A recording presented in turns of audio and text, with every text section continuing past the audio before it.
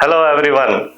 Myself Dr. Dheeraj Marothi Jain, epic multi speciality hospital Ahmedabad से 20 साल के अनुभव और 23,000 से ज़्यादा hip and knee replacement surgery के एक्सपीरियंस से आज हम डिस्कस करेंगे कुला और थापा हिप जॉइंट एवरीबॉडी नोज, उसमें क्या क्या प्रॉब्लम होती है, हिप जॉइंट किससे बना होता है और हमारे में काफी सारे मिथ्स है कि अरे कूल्हे का दर्द हो गया तो सर्जरी ही जरूरत है, या ये स्टेरॉइड से हुआ या कोविड से हुआ। हम सारी चीजें आज अपने इस चैट में डिस्कस करेंगे।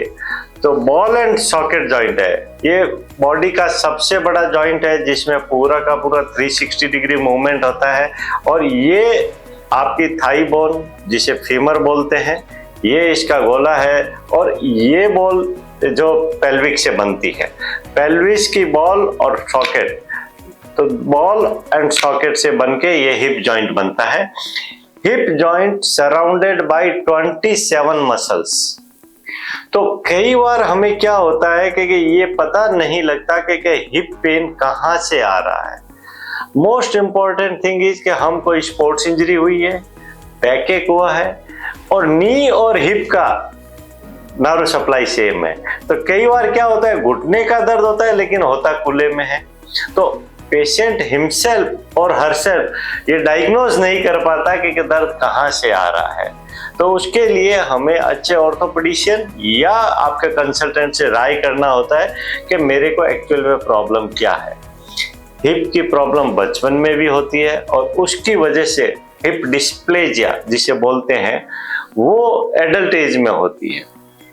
तो इन सारी चीजों का आज हम एक बाय एक डिस्कस करते हैं। पहले मैंने बताया ये बॉल एंड सॉकेट जॉइंट है और ये इतना मूवमेंट मिलता है इसमें फ्रीडम। तो इसका सबसे बड़ा कारण जो ग्रॉइन पेन, सबसे पहले पेशेंट को दर्द होगा वो थाई और पेल्विस बॉल जहां मिलती है, तो पेशेंट को ग्रॉइन मतलब अपने नेवल के नीचे यहीं पे एग्जैक्ट दर्द होता है। ये दर्द है वो कूल्हे की वजह से या आपके थापा की वजह से, जो भी आप बोलो, हिप जॉइंट यहाँ ग्रॉइन में दर्द होगा। कई बार इसको पीछे भी दर्द आता है कमर में, लोअर बैक में पेन है वो भी हिप की वजह से हो सकता है। तो हमें कहाँ दर्द हो रहा है, तो मैंने एक सिंपल फॉर्मूला निकाला है। हर बार मैं एक फॉर्मूला लेके आता हूँ। तो इसमें सबसे पहले आप पलाथी बोलते हैं स्क्वाटिंग पोजीशन, और पलाथी मार के बैठ पा रहे हो या नहीं। आपको 1 किलोमीटर चलना है तो आपको स्टिक की या वॉकर की जरूरत पड़ रही है, या आपका कोई फ्रेंड आपको बोलेगा कि भाई आजकल तू लिंप करके क्यों चल रहा है, मतलब चलने में लचक, टेढ़ापन आ जाता है। ये हिप के अर्ली प्रॉब्लम्स की साइंस है, आपको अवेयर कर रहा है कि आपके कूल्हे में कोई न कोई प्रॉब्लम हो रही है। अब जब आपको ये 3 सिग्नल मिले, 1 किलोमीटर हम चल रहे हैं और उसमें यदि आपको लिंपिंग आ गई, पलाथी मार के नहीं बैठ पा रहा हूँ, जमीन पे नहीं बैठ पा रहा हूँ, स्क्वेटिंग पोजीशन में नहीं जा पा रहा हूँ, या जो लोग इंडियन टॉयलेट आजकल कम यूज करते हैं, लेकिन यदि कोई इंडियन टॉयलेट यूज करता है और वो यूज नहीं कर पा रहे हो क्योंकि उसमें ये डीप फ्लेक्शन होता है। डीप फ्लेक्शन मतलब आप डीप मूवमेंट, हम इंडियंस की बेसिक रिक्वायरमेंट है।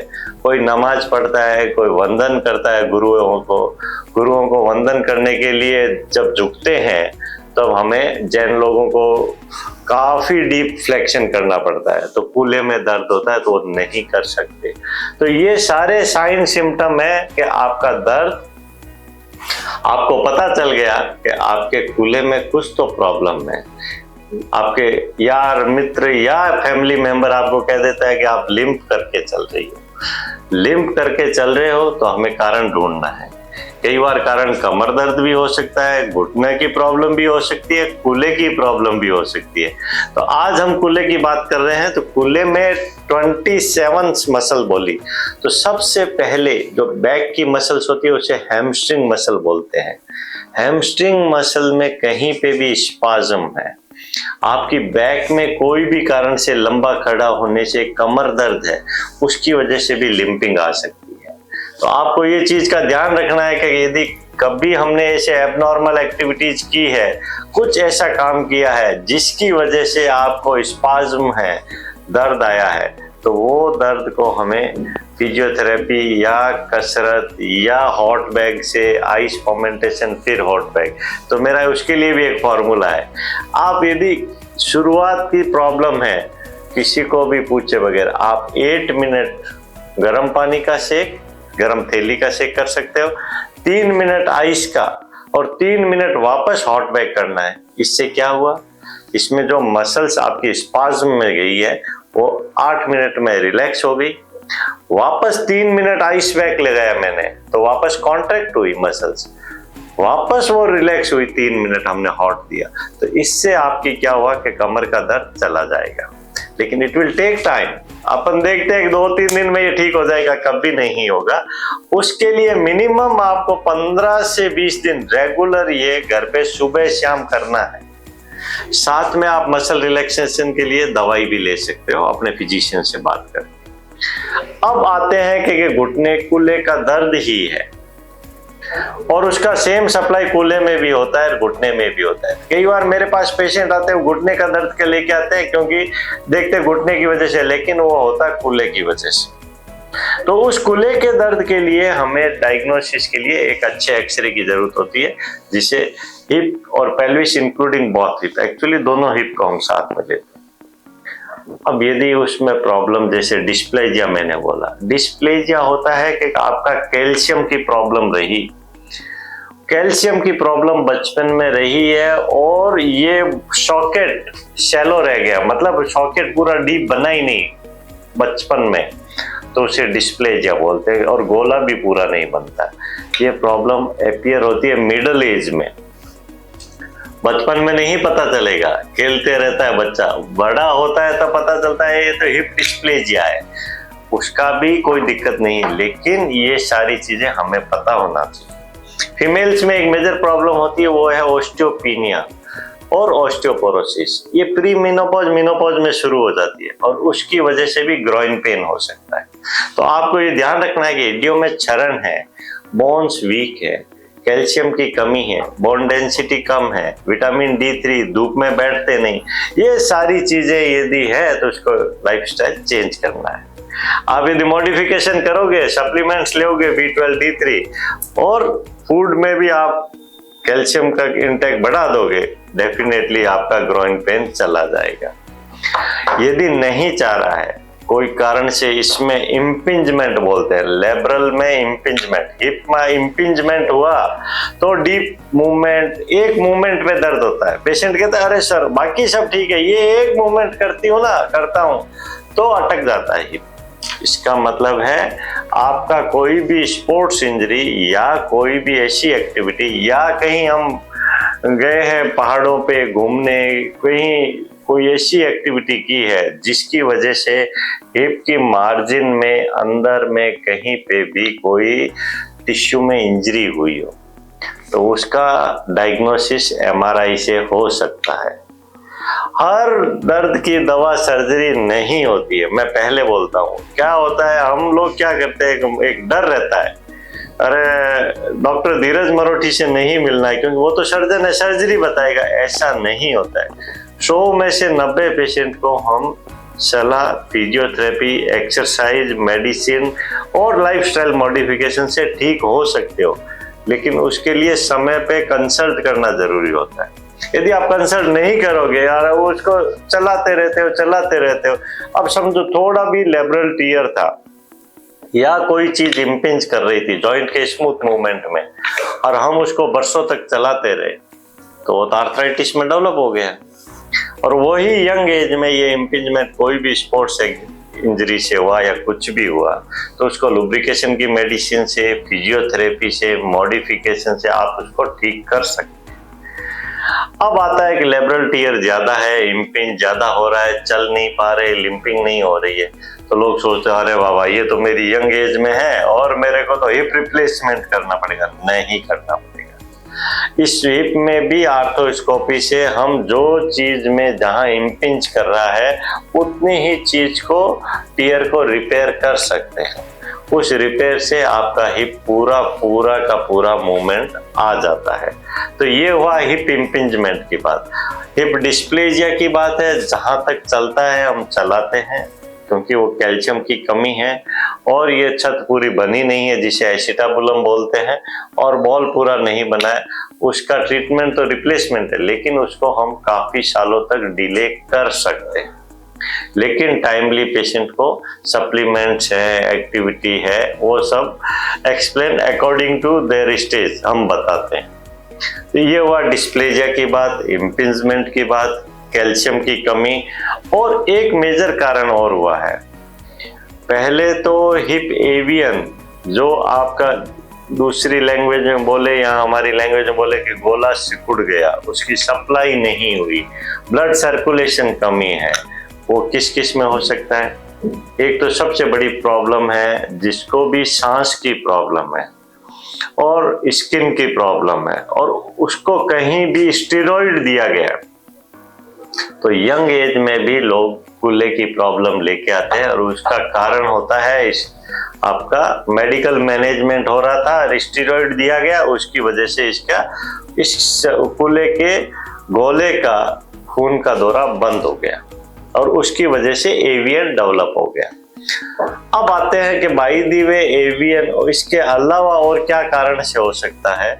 उसका सबसे बड़ा कारण है कि आपका कोई ट्रॉमेटिक इवेंट हुआ, कोई इंजरी हुआ, कोई यंग एज में ये गोला टूटा हो और उसकी वजह से स्क्रू डाला हो या कंजर्वेटिव ट्रीट किया हो, तो उसमें भी इसका सिकुड़न हो सकता है, गोला श्रिंक हो सकता है, और उसका कारण भी एक्चुअली वास्कुलरिटी का ही होता है कि यहाँ खून का दौरा बंद हो जाता है। तीसरा एक मेजर इवेंट हुआ 2019 में, वो हुआ कोविड, और इंडिया का लकीली पहला पेशेंट जो डायग्नोस हुआ और उसका हिप रिप्लेसमेंट मैंने किया था और उसको मैंने पब्लिश भी किया। मेरे को अभी भी याद है कि एक पेशेंट आई थी दिल्ली से, मेरे को फोन पे दिखाने आई, मतलब फोन पे वीडियो कॉल पे हमारी बात हुई, तो वो लिंपिंग करके चल रही थी। घर वालों ने बोला सडनली 6 मंथ से ये प्रॉब्लम बढ़ गई है, बराबर चल नहीं पा रही है। उसको कोई सांस की भी प्रॉब्लम नहीं थी, स्किन की भी प्रॉब्लम नहीं थी और अल्कोहलिक भी नहीं थी। एक एवियन है, वो अल्कोहलर में बहुत ज्यादा होता है, जो भी ड्रिंक करता है अल्कोहल की वजह से एवियन बहुत कॉमन कॉज है। यंग लोगों में एवियन होता है, उसका मेजर कारण अल्कोहल भी होता है, वो भी उसमें हिस्ट्री नहीं थी। फिर मेरे को याद आया, अरे अभी तो कोविड से निकले हैं, तो हो सकता है ये कोविड की वजह से नहीं हो। तो मैंने पूछा कोविड का, हाँ कि कलकत्ता में थी कोविड के टाइम में और उस समय कोई दवाइयाँ दी थी। तो मैंने कहा वहाँ की हॉस्पिटल से हिस्ट्री मंगाओ। हिस्ट्री मंगाया तो हमें पता चला कि उस समय उनको स्टीरॉइड दिया गया था। वो स्टीरॉइड की वजह से ये गोला श्रिंक हो गया। गोला श्रिंक होने का मतलब क्या होता है कि आपका बॉल इस टाइप का हो गया, ये पूरा का पूरा चला गया, डैमेज हो गया, मतलब श्रिंक होके इसका जो राउंड शेप है वो चला जाता है, कार्टिलेज लॉस हो गया और ये श्रिंक हो गए, तो इसका शेप चेंज हो जाता है, उसकी वजह से ये लिम्प करने लगी। तो ये फर्स्ट केस को पोस्ट कोविड हमने डायग्नोस किया और उसको हमने जांच के लिए भी भेजा, तो पाया कि एवियन ही है। और उसके बाद में तो सैकड़ों पेशेंट पोस्ट कोविड हम ऑपरेट कर चुके हैं। तो अब आती है कि एवियन हुआ है, ट्रॉमेटिक है या स्टेरॉइड इंड्यूस है या अल्कोहल से है या इडियोपैथिक है या सिकल सेल एनीमिया, कोई भी कारण से हुआ है, यदि एवियन हो गया तो क्या स्टेज 1 और 2 में आ गए तो आपका मेडिकल मैनेजमेंट हो सकता है, सर्जरी की जरूरत नहीं है। उसको कोर डिकम्प्रेशन से भी ठीक किया जा सकता है, मेडिसिन से भी ठीक किया जा सकता है, कैल्शियम सप्लीमेंट से भी ठीक किया जा सकता है और बाकी चीजें भी उसकी मॉडिफिकेशन कर सकते हैं। और उसको बता सकते हैं शुरुआत की दौर है, जंपिंग एक्टिविटी नहीं करना है, एरोबिक्स नहीं करना है, कोई भी इम्पैक्टिंग एक्टिविटी करोगे कूल्हे में डैमेज बढ़ जाएगा क्योंकि कूल्हा ऑलरेडी वीक है। तो उसको मजबूत करने के लिए हम सप्लीमेंट्स देंगे, लेकिन उसको डेफिनेटली कंसल्ट करना चाहिए। हम क्या करते हैं कि एमआरआई कराते हैं स्टेज 3 में, एडवांस स्टेज में जाके, फिर उसका इलाज सर्जरी ही है। अब आते हैं कि भाई और क्या कारण से हमारा हिप पेन हो सकता है। तो उसका सबसे मेजर कारण होता है स्पोर्ट्स इंजरी। उसके बहुत सारे टाइप्स है, हम उतना डिटेल नहीं जाएंगे, लेकिन यदि कोई स्पोर्ट्स इंजरी है तो उसको तो रिलीफ उसके अकॉर्डिंग, इंजरी के अकॉर्डिंग किया जा सकता है। लेकिन यदि उसको हम ट्रीट नहीं करते तो वो भी आर्थराइटिस में डेवलप हो जाता है। तो post traumatic arthritis is again common for the hip pain. तो इन सब चीज़ों का जो एडवांस स्टेज में है उसका इलाज भी हम डिस्कस कर लेते हैं। फिजियोथेरेपी हमने डिस्कस की, मेडिकल मैनेजमेंट हमने डिस्कस किया, सप्लीमेंट्स हमने डिस्कस किया, लाइफस्टाइल मॉडिफिकेशन हमने डिस्कस किया। लास्ट, यदि अब कोई भी चारा बचा नहीं और पेशेंट स्टेज 4 में पहुंच गया है, चल नहीं पा रहा, पलाथी मार के बैठ नहीं पा रहा, जो भी आपकी दिनचर्या है उसमें हर्डल आती है कि क्योंकि ग्रोइन पेन इतना तेज है कि मैं 1 किलोमीटर भी नहीं चल पा रहा, पलाथी मार के भी नहीं बैठ पा रहा हूँ, और जो भी मेरी डिमांड्स है, हर पर्सन की अलग अलग डिमांड होती है। चेयर से बैठूं उठूं तो दिक्कत, सीढ़ी चढ़ना उतरने में दिक्कत, वो सब चीज हो तब आपको सर्जरी की जरूरत यदि सर्जन बोलता है। तो सर्जरी हिप में कई तरह की होती है, cemented hip, uncemented hip, ball and socket में बॉल किस टाइप की है, सिरामिक की है, मेटल की है, सिरामिक ऑन सिरामिक, इसमें अंदर भी सिरामिक लगता है, इसमें भी पॉली लगता है, तो सो मेनी टाइप्स, वो आपको सर्जन एक्सप्लेन करेगा। लेकिन मैं इतना ही कह सकता हूँ, हिप रिप्लेसमेंट रिवार्डिंग सर्जरी है। जो सर्जरी हम इस R2R टेक्निक से करते हैं, 35 मिनट में सर्जरी हो जाती है, और कम से कम 35 से 40 साल आज की डेट में जो हिप मिलता है, मार्केट में अवेलेबल है, वो 35 साल चलता है। तो डरने की जरूरत नहीं। कुछ लोग क्या कहते हैं, यंग एज है यार, अभी कहाँ से सर्जरी कराएंगे। नहीं, आपको डरना नहीं है कि जो सर्जरी है, ये अनसीमेंटेड हिप है, वो एक बार बोन इनग्रो हो गया तो निकलेगा नहीं, चिंता करने की जरूरत नहीं। पहले जो हिप हम करते थे उसमें quality of metal, quality of ceramics different थी। आज की डेट में जो डेल्टा सिरामिक मिल रहा है हमें, वो क्वालिटी अच्छी है, तो वो लंबी चलती है। तो आज की डेट में डरने की जरूरत नहीं है। मैंने 17 साल की एज में भी दोनों हिप बदले हैं, 36 में भी बदले, मतलब सेवरल पेशेंट्स के। 25 से लेके 40 में तो काफी लोगों को ये प्रॉब्लम होती है, जिनको जरूरत है उसको सर्जरी करें तो 30 से 35 साल आराम से चलता है। तो उसमें डरने की जरूरत नहीं है, क्योंकि आपकी क्वालिटी ऑफ लाइफ सफर कर रही है, तो उसको इम्प्रूव करना है तो सर्जरी जरूरत है तो करनी चाहिए। तो आज हमने सारी चीज ये डिस्कस की, हिप पेन के बारे में। कमर दर्द है उसके, क्योंकि एकदम एडजेसेंट है, आपका सप्लाई सेम है, कई बार नी पेन भी उसकी वजह से होता है, डॉक्टर से राय लेनी है। Physiotherapy, supplements, lifestyle modification, arthroscopic और टोटल हिप रिप्लेसमेंट, आज हमने सारा इस हिप और हिप के सराउंडिंग मसल्स में कहाँ कहाँ आपका पेन हो सकता है, और हिप पेन एक बहुत मेजर टर्म है। तो आज मैंने काफी सारे टॉपिक एक ही टॉक में कवर किए। अगर हिप रिलेटेड कोई भी प्रॉब्लम है तो हम समस्या ये आती है कि कहाँ सर्जरी कराएं। आज की डेट में जो उस जमाने के लेटेस्ट और बड़े ब्रांड थे, लेकिन ओटी उतने ही पुराने हो गए, तो हमने एपिक मल्टी स्पेशलिटी अहमदाबाद में राजपथ के सामने ही 280 बेडेड 11 मॉड्यूलर ओटी बनाए। और उन ओटी की खासियत क्या है कि सारे सेंसर वाले ओटी है। ये पेशेंट को आजकल सारा कुछ असेस करके, जहां अच्छा इंफ्रास्ट्रक्चर हो, आईसीयू बैकअप हो, कार्डियक टीम हो राउंड द क्लॉक, ऐसा नहीं है कि बुलाएंगे आएगा कार्डियक टीम, ऐसा नहीं होना चाहिए। क्योंकि हमारे हिप सर्जरी है, it's a supra major surgery, और उस सुप्रा मेजर सर्जरी के लिए हमें मल्टी स्पेशलिटी की जरूरत है। मल्टी स्पेशलिटी में भी मेन कार्डियक होता है। कार्डियक टीम आपके पास में अच्छी है तो आपका कोई भी ओटी में इवेंट होता है या पोस्ट ऑपरेटिव होता है तो आप कब बुलाओगे। लोग कहते हैं हमारे पास में विजिटिंग ये डॉक्टर नहीं, आपको इन हाउस चाहिए।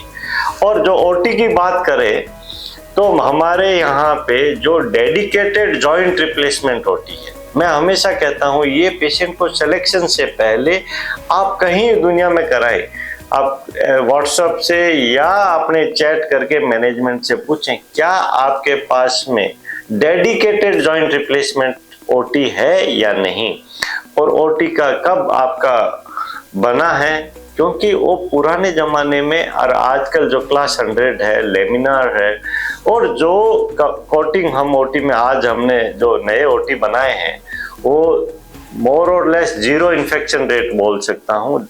उसका कारण है क्योंकि क्वालिटी टेक्नोलॉजी, इस चीज को भी हमें इक्वल कंसिडरेशन करना है कि सर्जन एक्सपीरियंस्ड है लेकिन आपका इंफ्रास्ट्रक्चर कैसा है, वहाँ टेक्नोलॉजी एडवांस है या नहीं। ये तीनों चीजों को इक्वल वेटेज देना है आपको कि भाई सर्जन एक्सपीरियंस है, सर्जन जॉइंट रिप्लेसमेंट रेगुलर करता है, क्या उसका इंफ्रास्ट्रक्चर उतना अच्छा है कि नहीं, हॉस्पिटल का बैकअप है कि नहीं है, वो मोस्ट इम्पोर्टेंट है। और क्या होता है, काफ़ी हॉस्पिटल्स बहुत बड़ी बना दी लेकिन ओटी 4 है तो उसमें सब तरह की सर्जरी होती है, जनरल भी सर्जरी उसी में होती, तो आप गए कान से। आपका जॉइंट रिप्लेसमेंट सर्जरी बहुत ही स्पेशलाइज्ड सर्जरी है, लोग इसको इजीली ले लेते हैं, ऐसा नहीं। तो आपको कोई इमरजेंसी नहीं है, यू कैन सेलेक्ट अकॉर्डिंगली, क्योंकि ये सर्जरी कोई ऐसा नहीं है कि आज का आज करना है। आप सोच के 2 डॉक्टर से सलाह लेके उसके बाद में डिसाइड करें। और मैं हमेशा कहता हूँ 2 से 3 सलाह ले, इंफ्रास्ट्रक्चर देखे और उसके बाद में डिसीजन ले कि मेरे लिए मोस्ट सूटेबल ये एक्सपीरियंस सर्जन है, टेक्नोलॉजी वाइज भी अच्छा है, एडवांस है, क्योंकि टेक्नोलॉजी बहुत ज़रूरी है। मैं हमेशा एक स्टोरी बताता हूँ। मैं 2007 में यूएस में था, पूरी रात खड़ा रहा तो मेरे पास iPhone 2 परचेज किया था। पूरी रात मैनहट्टन में इतनी ठंड थी, फिर भी रात भर खड़ा रहा तो मॉर्निंग में जैसे मैंने कोई युद्ध जीता है। उस जमाने में उसको आज मेरे बच्चे उसको पेपर वेट भी नहीं बनाएंगे, क्योंकि वो उस जमाने की टेक्नोलॉजी थी। 2007 से लेके आज हम 24 में आ गए हैं, तो टेक्नोलॉजी एडवांस हो गई है। तो आईफोन भी आज टेक्नोलॉजी हर दिन चेंज होती है, तो वैसे ही सर्जरी में हमारी टेक्नोलॉजी बहुत एडवांस हुई है, रोबोटिक्स आ गया, रीसर्फेसिंग उससे भी आगे ले आया हूँ। तो ये सारी चीज़ों को भी इक्वल इम्पोर्टेंस देना है जब हमें डिसीजन लेना है। धन्यवाद।